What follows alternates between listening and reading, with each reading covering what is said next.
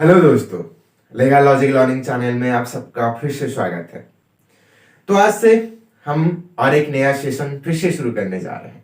जैसे कि पिछली बार हमने शुरू किया था कि 17 दिन में हमने आपको 170 जजमेंट प्रोवाइड किया था, वो भी रिसेंट जजमेंट जो सुप्रीम कोर्ट के थे। तो हमने सोचा कि कुछ और नया शुरू करते हैं, और जो पिछला वाला था वो बहुत ही अच्छा गया।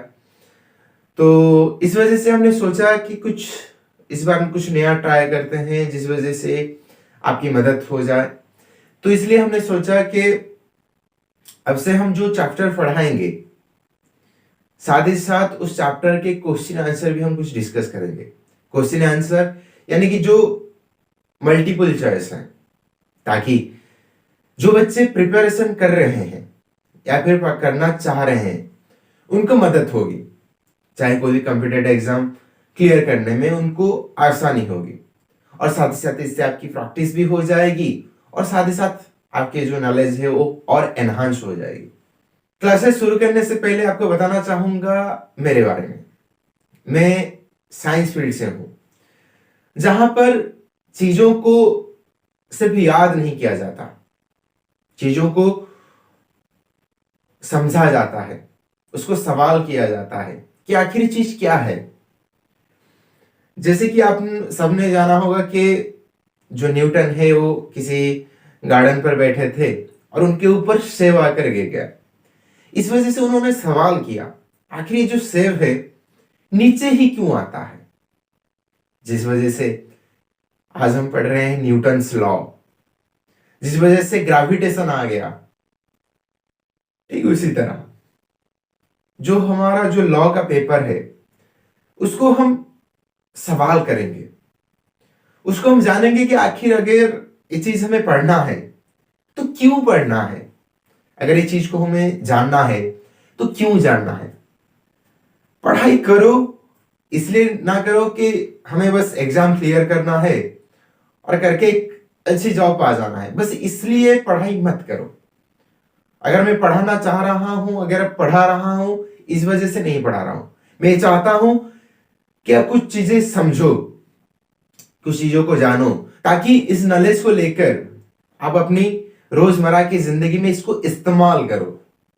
अगर सिर्फ आप इसको याद रखने के लिए पढ़ना चाहोगे तो फिर शायद याद रहे ना रहे, बोरिंग हो जाएगी चीजें। इसलिए मैं पूरी तरह कोशिश करूंगा कि आप बोर ना हो, इसको इंटरेस्टिंग करके आप जरूर पढ़ाऊंगा। और हाँ, मेरा नाम है देविदर त्रिपाठी, और मेरा बैकग्राउंड क्या है, मेरा डेजिग्नेशन क्या है नहीं बताऊंगा।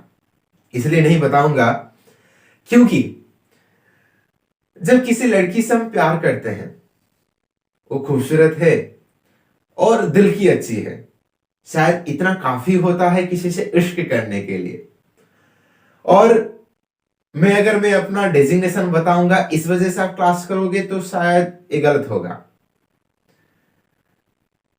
तो आप क्लास करिए, फिर कभी बताएंगे हमारे डेजिग्नेशन के बारे में, हम क्या करते हैं। अगर क्लास अच्छी लगी तो जाहिर सी बात है आप जुड़े रहेंगे। अगर क्लास ना अच्छी होगी तो नॉलेज जहां से भी मिले आपको, आप गैदर जरूर करिए। तो देर ना करते हुए आज से शुरू करते हैं। आज का जो नया सेशन है, यहां से सेशन चलता रहेगा। तो आज हम देखेंगे सीआरपीसी के बारे में, सीआरपीसी के classes of courts and power of criminal courts के बारे में। तो जैसा कि मैंने कहा था, कोई भी टॉपिक पढ़ने से पहले एक सवाल पूछ लो कि आखिर ये टॉपिक हमें क्यों पढ़ना है। अगर आज हम पढ़ेंगे क्लासेस ऑफ क्रिमिनल कोर्ट्स और पावर ऑफ क्रिमिनल कोर्ट्स, तो हम इसको क्यों पढ़ें। जाहिर सी बात है ये जानना भी चाहिए। अगर ये चीज हम पढ़ रहे हैं, पढ़ने का वजह भी तो जानना चाहिए। अगर क्लासेस ऑफ क्रिमिनल कोर्ट्स कर दिया गया, आखिर क्यों किया गया इसको, तो चलिए पहले उसको जानते हैं। इसके लिए आपको मैं एक एग्जांपल देता हूं। अगर आप कॉलेज में पढ़ाई कर रहे हो, अगर आप फर्स्ट ईयर में हो और आप कॉलेज जाकर पहली बार आपका न्यू एडमिशन हुआ है, आप कॉलेज में दाखिल हुए, तो आप जाकर कहां पर बैठोगे। पहली कक्षा में बैठोगे, जो फर्स्ट ईयर है वहां पर बैठोगे, या सेकेंड ईयर में चले जाओगे, या फिर थर्ड ईयर में जाकर बैठोगे। नहीं ना, आप पहली फर्स्ट ईयर में जाकर ही बैठोगे ना, पहली कक्षा में क्यों बैठोगे? क्योंकि वो आपने एडमिशन किया है, न्यू एडमिशन किया है, तो इसलिए वो डिफाइन कर दिया गया, वहां पर कह दिया गया कि नहीं, आप जो न्यू एडमिशन किए हो इसलिए आप फर्स्ट ईयर में ही जाओगे। बिल्कुल उसी तरह हमारे यहाँ पे जो क्लासेस ऑफ क्रिमिनल कोर्ट्स हैं, वहां पर भी एक रैंकिंग कर दिया गया कि अगर कुछ प्रॉब्लम्स होंगी तो फिर आप यहां पर जाओगे। आप पहले लोअर में जाओगे, फिर उसके और ऊपर जाओगे, फिर उसके और ऊपर जाओगे। अब जब बात करते हैं पावर ऑफ क्रिमिनल कोर्ट्स में, तो उसको कैसे समझेंगे कि जो पावर ऑफ क्रिमिनल कोर्ट्स है कैसे जानेंगे उसको? उसके लिए भी आपको एक एग्जांपल देता हूं। जब आप छोटे थे, जब आप क्लास में पढ़ाई करते थे, अगर कोई दिक्कत होती थी तो फिर आप पहले कंप्लेंट किसको करते थे? क्लास मॉनिटर को। अगर क्लास मॉनिटर उसको हैंडल ना कर पाए तो फिर बात कहां पर जाती थी? क्लास टीचर के पास। फिर उसके बाद कहां जाती थी? प्रिंसिपल के पास, या फिर आपके अगर हेडमास्टर थे उनके पास जाती थी। तो जो केस की जो ग्रेविटी है, ग्रेविटी के हिसाब से वो चाहे मॉनिटर के पास हो या फिर टीचर के पास हो या फिर प्रिंसिपल के पास हो, वो केस जाती थी। अगर छोटे चीज होती है तो फिर मॉनिटर उसको हल कर देता था। बिल्कुल उसी तरह यहां पर भी वही चीज लागू होती है। अगर कोई ऑफेंस, अगर कोई क्रिमिनल मैटर जो पिटी ऑफेंसेस है, जैसे कि आपके डिफामेशन हो गया, और इन सारी छोटी मोटी चीजें लोअर से ही शुरू होती है। और ऐसा नहीं कि अगर आपका कोई डिफामेशन है और छोटी सी चीजें हो डायरेक्ट हाई कोर्ट में चली जाएगी, ऐसा तो हो नहीं सकता। तो इसलिए ऑफेंस की ग्रेविटी के हिसाब से इसको पावर दे दिया गया कि कौन सा केस कौन सी कोर्ट डील करेगा। तो इंटरेस्टिंग लग रहा है ना? तो आइए शुरू करते हैं आज का क्लासेस ऑफ क्रिमिनल कोर्ट्स और पावर ऑफ क्रिमिनल कोर्ट्स।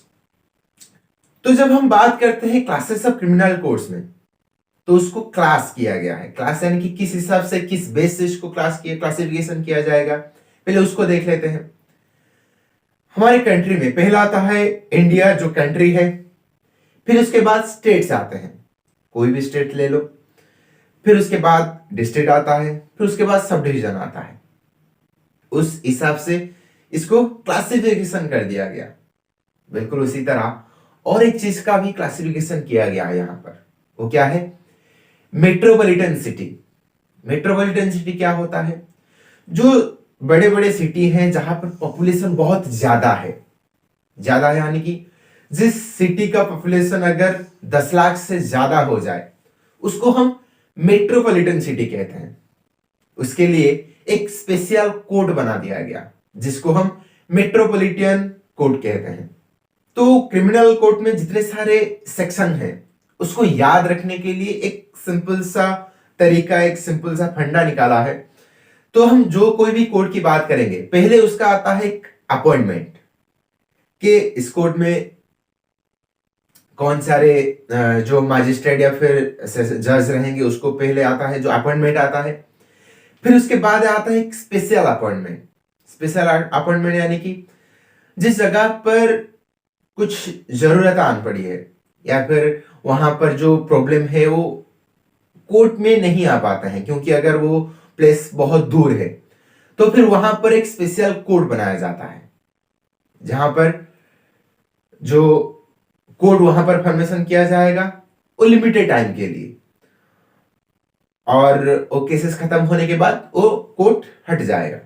और फिर उसके बाद आता है लोकल जुरिडिक्शन। लोकल जुरिडिक्शन यानी कि जो भी कोर्ट है वहां पर किस लिमिट तक उनका जुरिडिक्शन यानी कि जो उनका अथॉरिटी पावर है किस लिमिट तक होगा। और फिर उसके बाद आता है सबऑर्डिनेट। सबऑर्डिनेट यानी कि आपके नीचे कौन काम करेंगे, उस सबऑर्डिनेट डिफाइन किया गया है। तो इस बेसिक के हिसाब से, इस सीरियल के हिसाब से हम जानेंगे, जिससे आपको सेक्शन याद रखने में आसानी होगी। तो आइए शुरू करते हैं। पहला आता है सेशन कोर्ट, जो हमारा सेक्शन 9 में दिया गया है। तो एक सेशन कोर्ट में एक सेशन जज अपॉइंटमेंट होंगे और साथ ही साथ एक एडिशनल सेशन जज भी अपॉइंटमेंट होंगे। इन दोनों का पावर सेम है और दोनों को असिस्ट करने के लिए और एक असिस्टेंट सेशन जज का भी अपॉइंटमेंट किया जाता है। जो असिस्टेंट जो सेशन जज है उनका पावर सेशन जज और एडिशनल सेशन जज के बराबर से कम होगा, उनके बराबर नहीं होगा। तो सेक्शन 10 में दिया गया है कि जो असिस्टेंट सेशन जज होंगे वो सेशन जज और एडिशनल सेशन जज के नीचे रहेंगे। जैसे स्टेट में आ गया हमारा सेशन कोर्ट, बिल्कुल उसी तरह जब हम डिस्ट्रिक्ट लेवल में आते हैं वहां पर courts of judicial magistrate formation किया जाता है। और लेकिन यहाँ पर जो डिस्ट्रिक्ट की बात आती है तो वो मेट्रोपॉलिटन सिटी में थोड़ा अलग होता है। यहाँ पर सिर्फ हम डिस्ट्रिक्ट की बात कर रहे हैं, फिर उसके बाद हम मेट्रोपॉलिटन सिटी की बात करेंगे। यहाँ पर जब डिस्ट्रिक्ट की बात होती है वहां पर कोर्ट्स ऑफ जुडिशियल मैजिस्ट्रेट की फॉर्मेशन किया जाता है। वहां पर पहला आता है जुडिशियल मैजिस्ट्रेट फर्स्ट क्लास और जुडिशियल मैजिस्ट्रेट सेकंड क्लास, जो कि हमारा सेक्शन 11 में दिया गया है। यहाँ पर ये कहता है जो डिस्ट्रिक्ट के जो हेड होंगे वो चीफ जुडिशियल मैजिस्ट्रेट होंगे। चीफ जुडिशियल मैजिस्ट्रेट वो क्या होते हैं, वो भी एक जुडिशियल मैजिस्ट्रेट फर्स्ट क्लास ही होते हैं, लेकिन जो जितने जुडिशियल मैजिस्ट्रेट फर्स्ट क्लास हैं उसमें से एक चीफ जुडिशियल मैजिस्ट्रेट सिलेक्शन होंगे।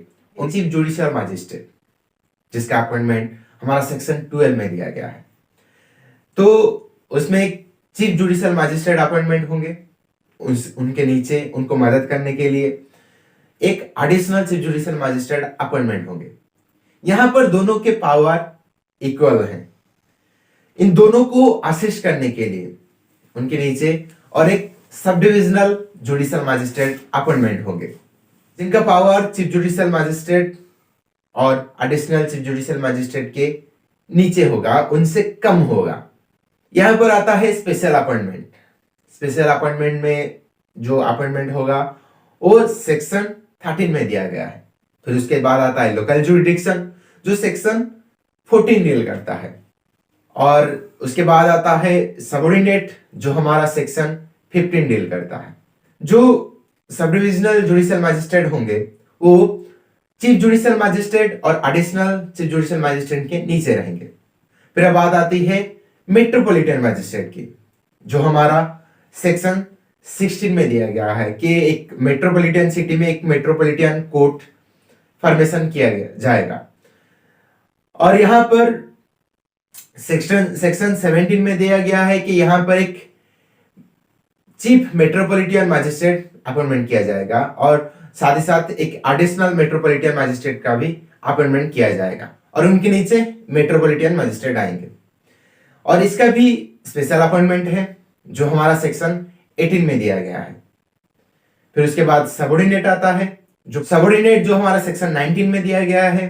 सबसे नीचे आएंगे मेट्रोपॉलिटन मैजिस्ट्रेट, फिर उनके ऊपर आएंगे एडिशनल मेट्रोपॉलिटन मैजिस्ट्रेट, और उनके ऊपर आएंगे चीफ मेट्रोपॉलिटन मैजिस्ट्रेट, और उनके ऊपर आएंगे सेशन कोर्ट। फिर उसके बाद आता है एग्जीक्यूटिव मैजिस्ट्रेट। इसका भी बिल्कुल उसी तरह है जो हमारा सेक्शन 20 में दिया गया है एग्जीक्यूटिव मैजिस्ट्रेट के बारे में। वहां पर डिस्ट्रिक्ट मैजिस्ट्रेट अपॉइंटमेंट होंगे, साथ ही साथ एक एडिशनल डिस्ट्रिक्ट मैजिस्ट्रेट भी अपॉइंटमेंट होंगे। फिर उनके नीचे आएंगे एक सब डिविजनल मैजिस्ट्रेट जो कि सब डिविजन लेवल में आएंगे। बिल्कुल उसी तरह यहाँ पर भी स्पेशल अपॉइंटमेंट होता है जो हमारा सेक्शन 21 डील करता है।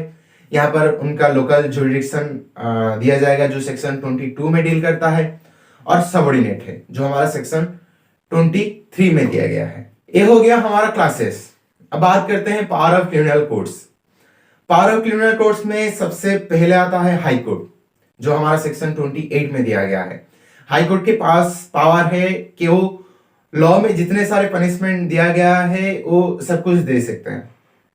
इसमें कोई लिमिटेशन है नहीं, any punishment authorised by law वो सब कुछ पनिशमेंट दे सकता है।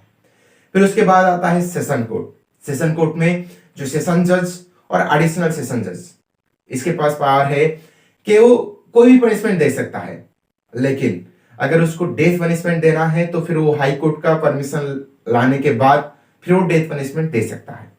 फिर उसके बाद आता है असिस्टेंट सेशन जज जिसके पास सब कुछ पावर है, लेकिन वो ना तो डेथ पनिशमेंट दे सकता है, ना लाइफ इम्प्रिजनमेंट दे सकता है, ना ही 10 साल से ज्यादा पनिशमेंट दे सकता है। तो इसकी जो पावर है वो लिमिट कर दिया गया। यहां पर वो मैक्सिमम 10 साल तक सजा दे सकता है।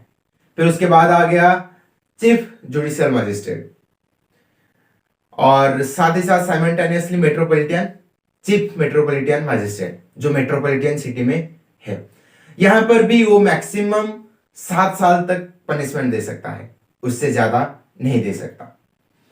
फिर उसके नीचे आ गया जुडिशियल मजिस्ट्रेट फर्स्ट क्लास, और मेट्रोपॉलिटन सिटी में मेट्रोपॉलिटन मजिस्ट्रेट, जिसके पास पावर है कि वो मैक्सिमम 3 साल तक सजा दे सकता है, और उसका जो फाइन देने का जो अवार्ड है, कंपेंसेशन देने का, वो पावर है मैक्सिमम वो 10,000 तक फाइन अवार्ड कर सकता है। और उसके नीचे आता है जुडिशियल मजिस्ट्रेट सेकंड क्लास, जिसके पास पावर है कि मैक्सिमम 1 साल तक सजा दे सकता है, और जो फाइन देने का जो लिमिट है वो मैक्सिमम 5,000 तक है, उससे ज्यादा वो नहीं दे सकता। तो ये था पावर ऑफ क्रिमिनल कोर्ट्स के बारे में। तो उम्मीद है आपको पसंद आया होगा। अगर आपके कुछ सवाल हैं तो कमेंट करके जरूर पूछिए, और आप चाहे तो हमारे इंस्टाग्राम पेज और फेसबुक पेज को भी फॉलो कर सकते हैं, और इसका लिंक मैं नीचे डिस्क्रिप्शन में दे दूंगा। और इसका जो क्वेश्चन सेगमेंट है वो नेक्स्ट क्लास में आएगा, और उसका लिंक मैं नीचे डिस्क्रिप्शन में दे दूंगा, जिससे आप इस क्लास से सीधे आप वहां पर जा सकते हैं। चैनल को लाइक कमेंट सब्सक्राइब जरूर करिए। तो मिलते हैं अगले क्लास में।